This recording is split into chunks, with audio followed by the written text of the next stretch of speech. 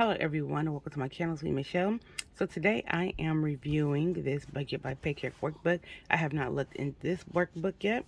It had 1-star reviews, which is why I got it, because there was no pictures and the reviews were unhappy. It was only like $10, so it wasn't even a lot of money. But the size of it is like 8 by 10. I have not looked into this, so I literally do not know what's in this workbook. And it just has this kind of binding, has a little message on the back. Um, and it just says enjoy, has the ISBN number, and we're just gonna get right into it. So when you first get into it, well, first thing I will say, this is a very thin paper in here, but the size of it, you can take these out and punch them and put them like in disc if you wanted to. So here we have a budget tracker, and it has the monthly total income, your budget, your expenses, and total budget used. I actually like this idea right here. And it has budget for, total used, and income tracker. It has date, source, description, detail, and amount. So far, not too bad. Again, I don't like the thinness of the paper. It doesn't even feel like this is 20-pound paper. And it says dedication. This book is dedicated to all the money planners in the world. You are my inspiration in producing books, and I'm excited to help in the planning of all parts of your money life. Let me try to get a better view. This is how to use this book. And so it helps you to kind of like see, I give you instructions on this. So it has my savings goal, and has I will save, and each ball represents how, and you put whatever amount, and it has like this little savings tracker here, and then you have an expense tracker. You put the month, the date, description, income, outgoing. At the bottom it has total income, total spent, and the balance. Then here you have a monthly budget tracker, and it has date, item, description, amount paid. You could put the month there. Fixed expenses, variable expenses, planned, actual, difference, so earned, spent, saved, and debt.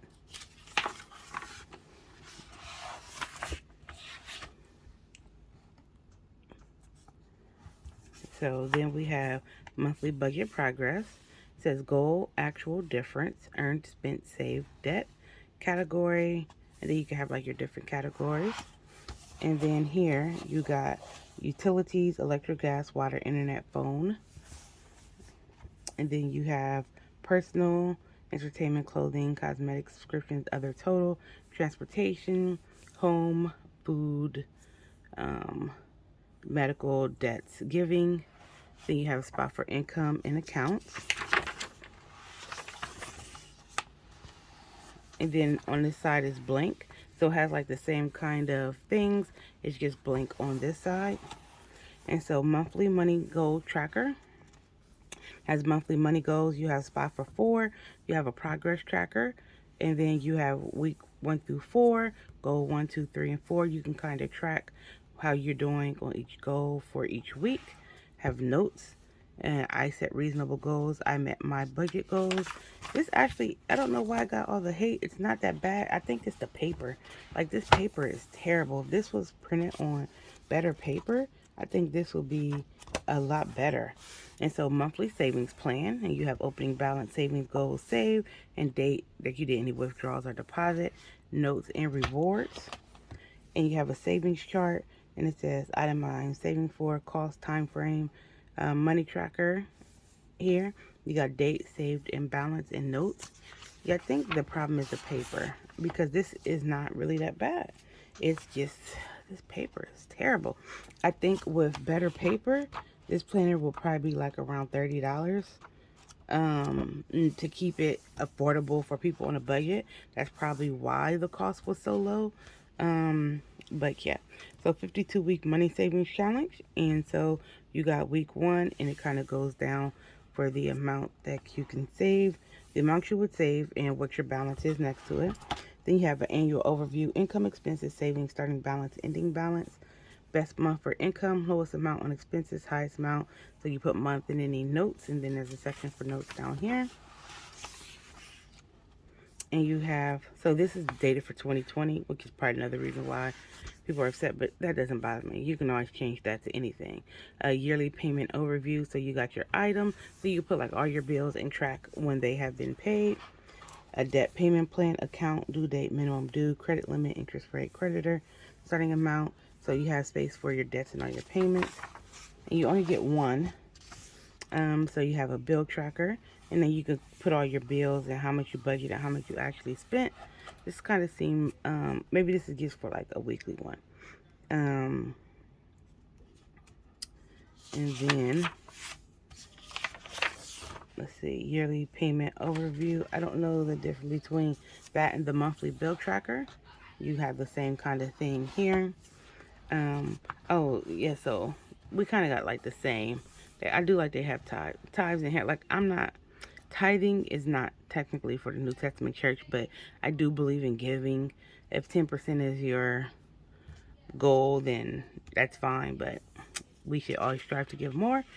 Um, so checking account, savings account, income, date. So expense tracker for the month.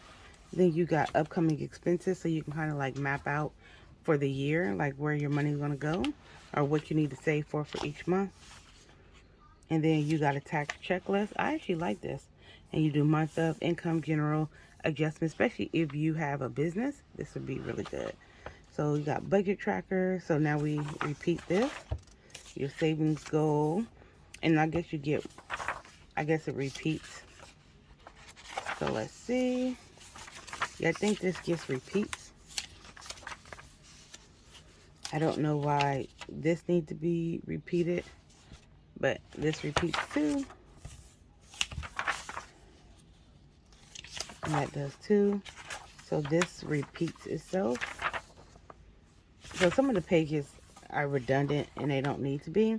So I can kind of see like why some people are upset. Like the ordering of the pages could be a little better.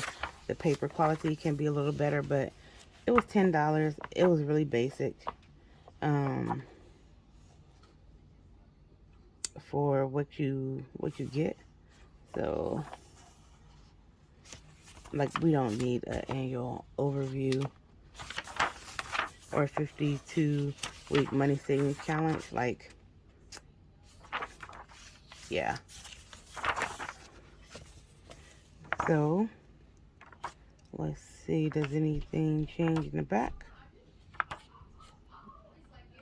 Nope. So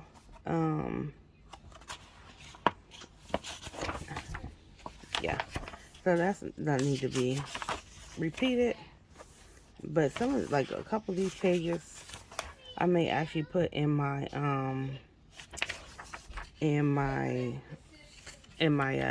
what's my big planner, my faith planner. So like I'll probably put something on the back of this because the paper is thin. Like get like some other thin paper like with some pretty design on it, put on the back of this, and use this, like change that, and like probably wipe that out, put washi tape, and use it for like scripture learning. Like, did I learn the scripture? So like all the goals and stuff that I have for the year, instead of just like marking them out, and then like if I meet them, like mark it off here. So I may do that, something like that. But yeah, I don't like, because again, some of this is redundant and they don't need to be redundant. But yeah, all right, you guys, I wanted to show you this because it was rated low and it was cheap, and I was like, let me see why everybody's so upset with this. But it's the paper quality and the redundancy of some of the pages that doesn't need to be in there. All right, you guys, thank you for coming along with this Veda. I will see you in another video. Peace.